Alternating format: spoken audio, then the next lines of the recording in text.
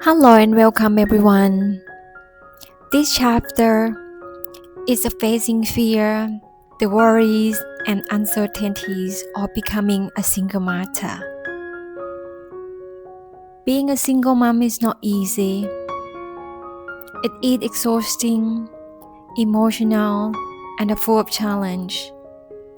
But it is also a journey of strength, self-discovery, and unconditional love. I learned that sometimes the greatest team you can have is yourself and the little life you brought into the world. I thought I was alone until I realized I was standing with the strongest team. Me and my child. Some nights I cry quietly, but every morning I rise loudly with the courage, hope, and love. I do everything myself, not because it's easy, but because my child deserves the best version of me. That Friday after work, I stopped at the pharmacy and bought a pregnancy test. I couldn't wait. The moment I got home, I took the test straight away. Within minutes, the results appear. It's positive. My whole body reacted at once. Good bounce spread across my skin. A hot and cold wave rushed through me from head to toe. I stared at the test, unable to proceed. What I was seeing, my mind went blank. I had never felt anything like this before. Not shocking, not fear, not sadness. Just a deep, freezing coldness inside my chest. And if time had stopped, I went to bed, but I couldn't sleep.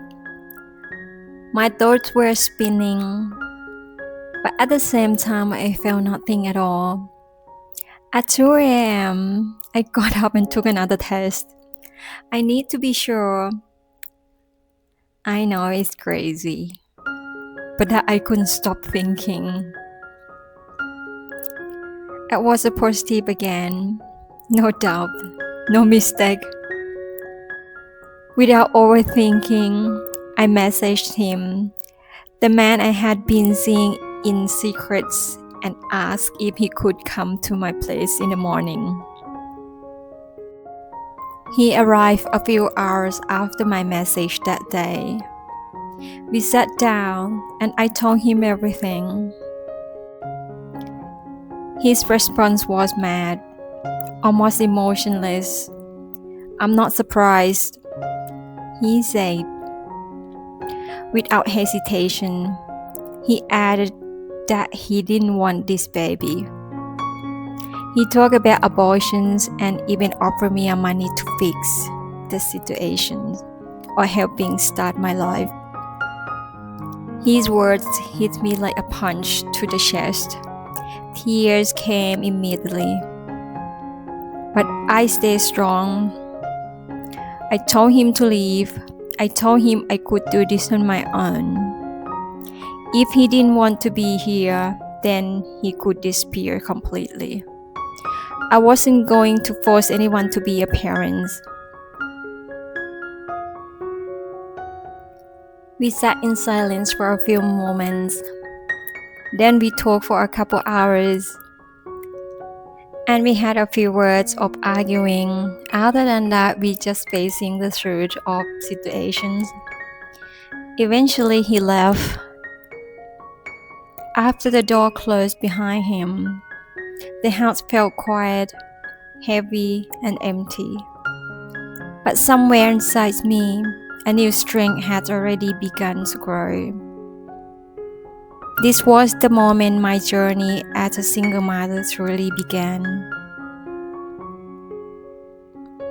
After he left, a few hours later, he transferred some money and messaged me, saying I might need it to see a doctor.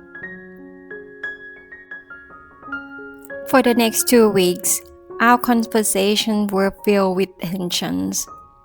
He kept encouraging me to see a doctor for an abortion, but my answer remained firm. No.